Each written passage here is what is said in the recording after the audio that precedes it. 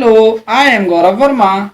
Welcome to our YouTube channel, Knowledge Shell, a complete place of learning. Hi guys, मुझे उम्मीद है आपने carbon and its compound का lecture number 5 देख लिया होगा। अगर आपने नहीं देखा है तो लिंक डिस्क्रिप्शन में है, आप पहले जाकर उस लेक्चर को देख लीजिए। अब बिल्कुल भी टाइम वेस्ट नहीं करते हुए कार्बन एंड इट्स कंपाउंड के अगले लेक्चर स्टार्ट करते हैं, जो होगा हमारा आइसोमर्स, स्ट्रेट चेन कंपाउंड और ring chain compound, homologous series, functional group, इन सब के बारे में हम इस लेक्चर के अंदर पढ़ेंगे। तो सबसे पहले स्टडी करते हैं आइसोमर्स की। तो आइसोमर्स क्या होते हैं? आइसोमर्स को हम इस तरीके से समझ सकते हैं कि उनका जो मॉलिक्यूलर फॉर्मूला होगा वो तो सेम होगा, बट उनकी जो स्ट्रक्चर होगी, जो एटम्स का अरेंजमेंट होगा, वो क्या होगा? डिफरेंट होता है। And isomer is a molecule. Isomer एक मॉलिक्यूल्स है with the same molecular formula, जिसका सेम है एज अदर मॉलिक्यूल, दूसरे मॉलिक्यूल की तरह, बट विद डिफरेंट स्ट्रक्चर। लेकिन जो स्ट्रक्चर है वो क्या है? डिफरेंट है या अलग है। या फिर हम कह सकते हैं आइसोमर में same number of atom, means प्रत्येक एलिमेंट के एटम की जो संख्या होती है वो कैसी होती है? सेम होती है, लेकिन अरेंजमेंट कैसा होता है? डिफरेंट होता है। जैसे हमने क्या बनाया, एक carbon carbon carbon CH3 CH CH3 CH3, और एक हमने बनाया CH3 CH2 CH2 CH3। अगर मैं ये देखूं तो ये हमारे दोनों क्या हैं? ये है हमारा C4H10, मतलब कि ब्यूटेन है। अब देखो, ब्यूटेन को हमने दो अलग अलग फॉर्म में लिखा है। देखिए, 1 2 3 4, 4 कार्बन, 1 2 3 4 4 कार्बन, 3 3 6 3 9 और 1 10 हाइड्रोजन, 3 3 6 और 4 10 10 हाइड्रोजन। तो कार्बन भी सेम है, हाइड्रोजन भी सेम है, बट हम देख सकते हैं स्ट्रक्चर क्या है? डिफरेंट है। ओके, तो ये दोनों क्या हुए? आइसोमर हुए। अब इनका अगर मैं नाम लिखूं तो ये हमारा क्या होगा? आइसोब्यूटेन, और ये वाला होगा हमारा normal butane.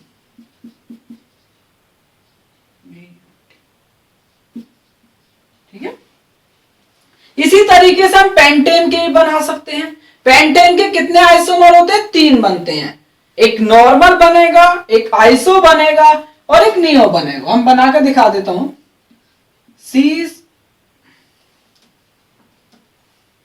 CH3 CH2 CH2 CH2 CH3, ये क्या हो जाएगा हमारा? Normal pentane. और अगर हम बात करें अगले की, तो CH3 CH CH3 CH2 CH3, तो ये हमारा क्या हो जाएगा? आइसोपेंटेन। एंड एक और बनाते हैं हम, CH3 CH3 CH3 and CH3, this is neopentane. Okay, तो हमारे ये क्या हो गए? ये हमारे आइसोमर हो गए। पेंटेन के कितने आइसोमर? 3। इससे ज्यादा तो मैं अरेंज नहीं कर सकता और किसी तरीके से। ब्यूटेन के कितने हो गए? 2 आइसोमर हो गए, एक आइसोब्यूटेन और एक नॉर्मल ब्यूटेन। इसके बाद बात करते हैं straight chain compound. Straight chain compound कौन से कंपाउंड होते हैं? जिनमें एक सीधी चेन हो। Compound which contain straight chain होती है कार्बन की, जैसे नॉर्मल ब्यूटेन देख लीजिए, तो इसमें क्या होता है? एक स्ट्रेट चेन होगी हमारे 4 कार्बन की। नॉर्मल ब्यूटेन, पेंटेन, इसमें 5 कार्बन की स्ट्रेट चेन होगी।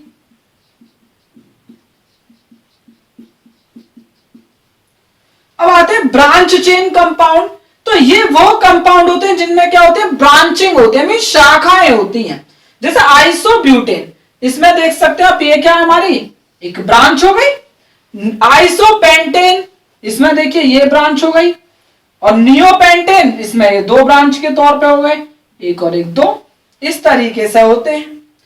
अब हम बात करते हैं क्लोज्ड चेन कंपाउंड या रिंग कंपाउंड, ऐसे कंपाउंड जो आपस में क्या होते हैं, रिंग बना लेते हैं।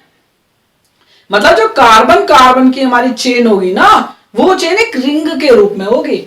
साइक्लिक कंपाउंड जो होते हैं उन्हें क्लोज चेन या रिंग कंपाउंड कहते हैं। कंपाउंड जिनमें कार्बन एटम जो है किस रूप में अरेंज है, रिंग के रूप में अरेंज होते हैं। जैसे साइक्लोहेक्सेन, साइक्लोहेक्सेन के अगर हम स्ट्रक्चर बनाएं तो इसमें 6 कार्बन एटम होते हैं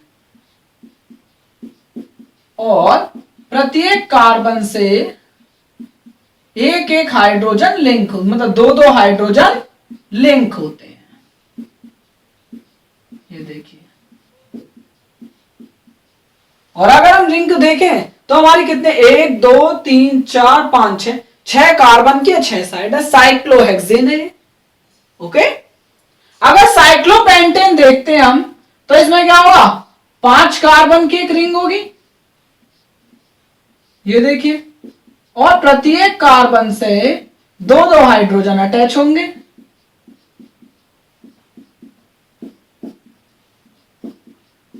भाई देखो, मैक्सिमम कार्बन 4 बॉन्ड बना सकता है, तो भाई 2 तो हमारे वैसे ही सेटिस्फाइड हो गए, बची 2, तो 2 वैलेंसी वो हाइड्रोजन से सेटिस्फाई कर लेता है। तो इस तरीके से साइक्लोहेक्सेन बन गया, साइक्लोपेंटेन बन गया।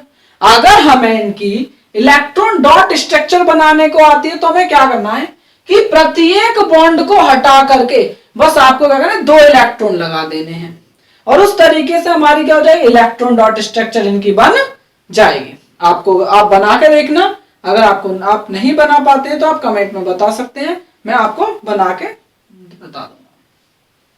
स्ट्रेट चेन, तो स्ट्रेट चेन, ब्रांच्ड चेन और cyclic carbon compound all may be saturated और अनसैचुरेटेड। तो स्ट्रेट चेन, ब्रांच चेन या साइक्लिक कार्बन कंपाउंड जो होते हैं वो सैचुरेटेड हो भी सकते हैं या नहीं भी हो सकते। मींस इनके पास या तो सारे के सारे सिंगल बॉन्ड से जुड़े कार्बन होंगे या इनमें डबल या ट्रिपल बॉन्ड भी आ सकते हैं, जैसे हमारा बेंजीन, ये बहुत फेमस है। अगर हम देखें 12th की पूरी जो ऑर्गेनिक केमिस्ट्री है ना हमारी, वो इसी पर बेस्ड है। मतलब बहुत बार हम इस स्ट्रक्चर को बनाएंगे बेंजीन को। तो इसमें क्या होता है, हम देखें तो ऑल्टरनेट डबल बॉन्ड होते हैं। देखिए, डबल सिंगल डबल, ऑल्टरनेटली हमारा डबल बॉन्ड अरेंज होता है। अगर हम बात करें तो बेंजीन को हम इस तरीके से भी बना सकते हैं, ये रहा। ओके, तो अब हम बात करते हैं हाइड्रोकार्बन की। तो all those compound which contain just carbon and hydrogen, मतलब ऐसे कंपाउंड जिनमें केवल कार्बन और हाइड्रोजन होता है, उन्हें हम क्या कहते हैं, हाइड्रोकार्बन कहते हैं। मींस कार्बन और हाइड्रोजन के अलावा कुछ नहीं होगा। अब इनको हमने 3 में डिवाइड करा है, एल्केन, एल्कीन्स और एल्काइंस। ये बहुत ज्यादा मेजर ग्रुप हैं, बहुत बड़े बड़े होते हैं। ऑल ऑर्गेनिक कंपाउंड, सारे के सारे वो ऑर्गेनिक कंपाउंड जो बने होते हैं पूरी तरीके से सिंगल बॉन्ड, मतलब कार्बन के बीच में केवल सिंगल बॉन्ड होगा पूरी तरीके से, और हाइड्रोजन एटम्स के बीच। ठीक है, तो कार्बन और हाइड्रोजन एटम से बने हैं, और जिनमें कार्बन कार्बन के बीच पूरी तरीके से हर कार्बन एटम्स के बीच क्या होगा, सिंगल बॉन्ड होता है। जनरल फॉर्मूला CnH2n+2 होता है। ये सैचुरेटेड हाइड्रोकार्बन होते हैं। अब देखिए, जैसे अगर मैं n बराबर 1 पुट करता हूं तो मेरा क्या बनेगा, CH4। n बराबर 2 पुट करता हूं तो मेरा क्या बना, C2H6। n बराबर 3 करने पर C3H8। तो इस तरीके से एंड सो ऑन,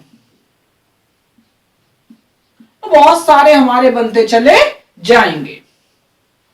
एल्कीन्स क्या होते हैं, जिनमें एक या एक से अधिक डबल बॉन्ड आ जाए कार्बन कार्बन एटम्स के बीच, तो वो एल्कीन्स में आ जाते हैं। जनरल फॉर्मूला इनका होता है CnH2n। जैसे इसमें देखिए, हम 1 बराबर तो नहीं कर सकते, n बराबर 1 नहीं करते, n बराबर 2 से चालू होता है, n बराबर 2, तो C2H4। n बराबर 3 C3H6।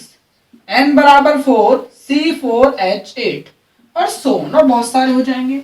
एल्काइंस क्या होते हैं, जिनमें एक या एक से अधिक ट्रिपल बॉन्ड हो। जनरल फॉर्मूला इनका होता है CnH2n-2। अब देखिए जब हम n बराबर 2 पुट करते हैं तो हमारा क्या आता है C2H2 आया। n बराबर 3 पुट करा तो C3H4, n बराबर 4 पुट करा C4H6 एंड सो ऑन, इस तरीके से और आ जाते हैं। अब इसके बाद अगर हम बात करें तो carbon can form bond with other element. तो कार्बन जो है ना वो दूसरे एलिमेंट के साथ भी बॉन्ड बना सकता है। जैसे X का मतलब यहां पे किससे, हैलोजन। हैलोजन मतलब कि chlorine, bromine, iodine, fluorine, ETC। Sorry, chlorine, bromine, fluorine, iodine, एस्टेटिन, यही होते हैं हमारे 5। तो इनके साथ ऑक्सीजन, नाइट्रोजन, सल्फर, तो कार्बन जो होता है इनके साथ भी बॉन्ड बना लेता है। अगर हाइड्रोकार्बन चेन में वन और मोर हाइड्रोजन, एक या एक से ज्यादा जो हाइड्रोजन है इनके द्वारा क्या होते हैं, रिप्लेस भी हो जाती है। मींस जैसे हमने क्या करा, ये बनाया, देखिए CH4 बनाया, तो इसमें मैंने क्या करा, एक हाइड्रोजन हटा के मैंने CH3Cl कर दिया। एक हाइड्रोजन किससे रिप्लेस हो गई, क्लोरीन से रिप्लेस हो गई। तो इस तरीके से भी हमारे बन जाते हैं हाइड्रोकार्बन ऑर्गेनिक कंपाउंड्स। इन सच कंपाउंड, ऐसे कंपाउंड में जिस एलिमेंट ने क्या करा, हाइड्रोजन को रिप्लेस करा, वो क्या कहलाता है, हेट्रोएटम। जैसे इस वाले केस में क्लोरीन क्या है, हेट्रोएटम के तौर पे वर्क कर रहा है कि क्लोरीन ने हाइड्रोजन को रिप्लेस करा। अब फंक्शनल ग्रुप क्या होते हैं, heteroatoms and the group containing these. Heteroatom मतलब कार्बन से अलग कोई भी एटम, कार्बन और हाइड्रोजन से अलग कोई भी एटम या ठीक है, या फिर उन एटम्स का समूह स्पेसिफिक प्रॉपर्टी देता है टू कंपाउंड को। मतलब एक ऐसा हेट्रोएटम या एटम का, एक हेट्रोएटम्स का ऐसा समूह जो किसी ऑर्गेनिक कंपाउंड को एक विशेष प्रॉपर्टी दे दे, एक विशेष गुण दे देता है।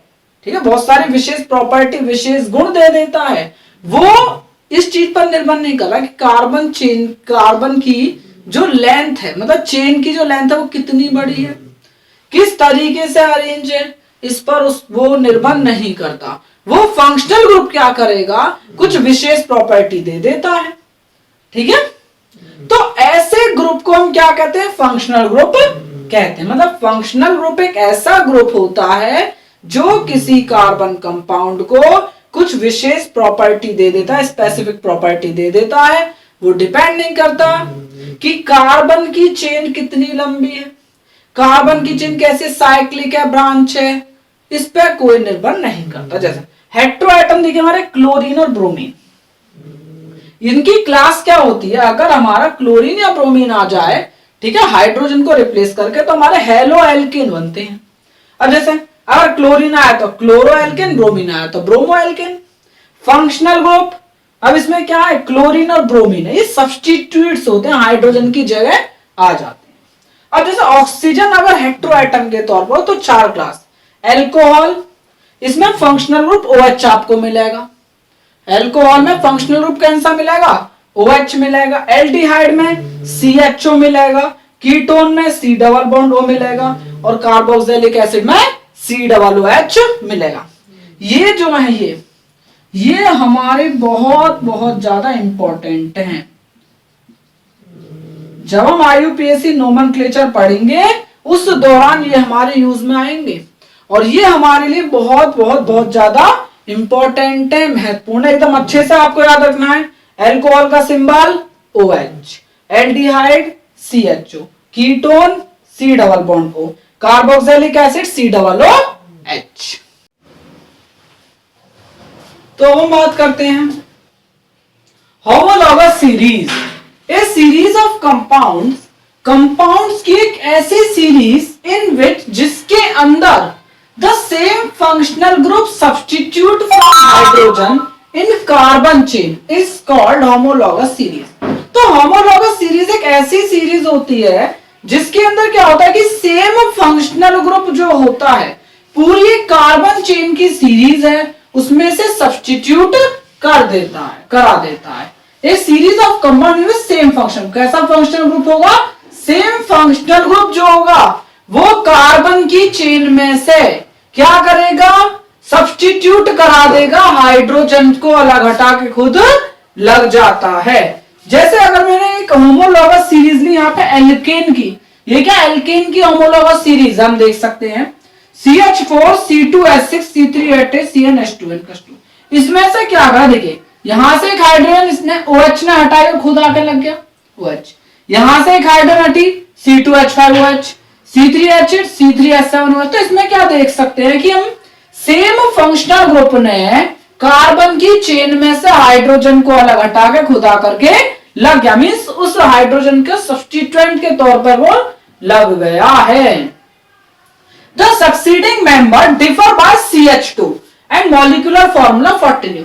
तो होमोलॉगस सीरीज के अंदर क्या होता है कि जो सक्सीडिंग मेंबर होते हैं ना, एक के बाद एक, जैसे अब ये देखिए तो ये दोनों मेंबर हैं एक के बाद एक है, तो इनके अंदर जो डिफरेंस होगा वो कितने का होगा? देखो इसमें एक कार्बन इसमें 2, तो एक कार्बन का डिफरेंस 6 और 4 तो 2 हाइड्रोजन का डिफरेंस, तो CH2। ठीक है, अगर मैं मॉलिक्यूलर फॉर्मूला देखूं तो कार्बन का 12 मॉलिक्यूलर मास जो होता है कार्बन का 12, हाइड्रोजन का एक तो 2 हो गया, 12 और 2 14 का। अब सपोज करो मैं इनका देखता हूं तो यहाँ पर 3 में से 2 1, सॉरी 3 में 2 का 1 हो गया, 8 में से 6 गए 2, तो CH2। तो इस तरीके से अगर हमारी होमोलॉगस सीरीज में अगर मैं देखता हूं तो दो सक्सीडिंग मेंबर के बीच का जो डिफरेंस है वो CH2 आता है और मॉलिक्यूलर वेट जो आता, मॉलिक्यूलर मास में जो डिफरेंस है वो 14 यूनिट का होता है। अब एल्कीन की होमोलॉगस सीरीज है, एल्काइन की, और ये अल्कोहल की हम देख सकते हैं। तो होमोलॉगस सीरीज क्या होती है? ऐसी सीरीज होती है जिसके अंदर सक्सीडिंग मेंबर जो है उनके बीच का जो डिफरेंस होता है वो CH2 होता है, मॉलिक्यूलर मास में डिफरेंस कितना होता है? 14U होता है। अगर हम फंक्शनल ग्रुप के टर्म में देखें तो हम क्या कह सकते हैं कि same functional group carbon chain में से हाइड्रोजन को सब्स्टिट्यूट करेगा। As the molecular mass increases in homologous series, अब होमोलॉगस सीरीज में क्या होगा? मॉलिक्यूलर मास बढ़ता चला जाए, नीचे की तरफ में आऊंगा जैसे जैसे तो मॉलिक्यूलर मास बढ़ रहा है। एक gradation in physical properties scene, तो हमें क्या होगा? फिजिकल प्रॉपर्टीज में उतार चढ़ाव देखने को मिलेगा। फिजिकल प्रॉपर्टी हमारी जैसे melting point, boiling point, solubility, ये सभी हमारी क्या है? ये सभी हमारी फिजिकल प्रॉपर्टीज है। तो इनके अंदर हमें क्या देखने को मिलेगा? उतार चढ़ाव देखने को मिलेगा। The melting point and boiling point increases with increasing molecular mass. जैसे जैसे मॉलिक्यूलर मास बढ़ता है वैसे वैसे मेल्टिंग पॉइंट और बॉइलिंग पॉइंट बढ़ता है। जैसे हम देखिए एल्काइन में ऊपर से नीचे की तरफ हम आ रहे हैं तो यहाँ पे क्या हो रहा है? मॉलिक्यूलर मास बढ़ रहा है, मींस ऊपर से नीचे आने पर मेल्टिंग पॉइंट क्या होगा? इंक्रीज होगा, बॉइलिंग पॉइंट क्या होगा? इंक्रीज होगा। ऐसा इसमें होगा, ऐसा ही अल्कोहल के केस में होगा, इस प्रकार ही हमारा एल्केन के केस में होगा। और जो सॉल्युबिलिटी होती है होमोलॉगस सीरीज की ऑर्गेनिक कंपाउंड के वाटर में decrease with increasing carbon chain length. तो मतलब जैसे जैसे चेन की लेंथ बढ़ती है सॉल्युबिलिटी कम होती चली जाती है। जैसे देखिए CH4 CH3 CH3 CH3 CH2 CH2 CH3, एक ले लीजिए CH2 CH3, अब हम 4 की ले लेते हैं CH3 CH2 CH2 CH3। तो देखिए अब इसमें क्या हो रहा है? मैं देख रहा हूं कि कार्बन की जो लेंथ, चेन की लेंथ है वो क्या हो रही है? बढ़ती चली जा रही है। तो इससे हमें क्या पता है? सबसे ज्यादा सॉल्युबिलिटी इसकी, फिर इसकी, फिर इसकी। तो हमारा जैसे जैसे चेन की लेंथ बढ़ रही है वैसे वैसे सॉल्युबिलिटी कम होती चली जा रही है। Order of solubility in water. तो वाटर के अंदर ऑफ सॉल्युबिलिटी, वाटर के अंदर ऑर्गेनिक कंपाउंड की सॉल्युबिलिटी जो होती है वो जैसे जैसे लेंथ बढ़ती चली जाएगी, कार्बन चेन की लेंथ बढ़ती चली जाएगी, वैसे वैसे सॉल्युबिलिटी हमारी डिक्रीज होती चली जाती है। Chemical property which are determined solely by the functional, मतलब ऐसी केमिकल प्रॉपर्टी जो फंक्शनल ग्रुप की वजह से आई, मतलब कार्बन कंपाउंड के अंदर, ऑर्गेनिक कंपाउंड के अंदर जो प्रॉपर्टी फंक्शनल ग्रुप की वजह से आई, वो प्रॉपर्टी जो रहती है वो पूरी होमोलॉगस सीरीज में सेम रहती हैं। समझे? तो मतलब जो प्रॉपर्टी फंक्शनल ग्रुप की वजह से आई वो तो सेम रहेंगी, फिजिकल प्रॉपर्टी हमारी डिफरेंट हो जाती हैं, उनमें क्या होता है, ग्रेडियंट देखने को मिलता है।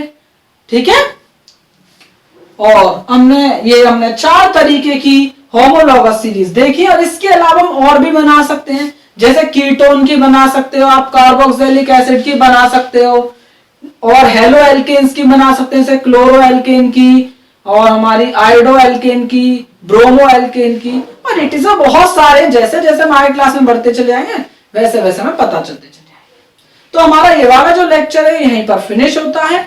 अगर आपको इस लेक्चर से संबंधित कोई भी डाउट हो तो आप कमेंट करके पूछ सकते हैं। अगर आपको वीडियो अच्छी लगी हो तो वीडियो को लाइक करें, शेयर करें और चैनल को सब्सक्राइब करें। Thank you.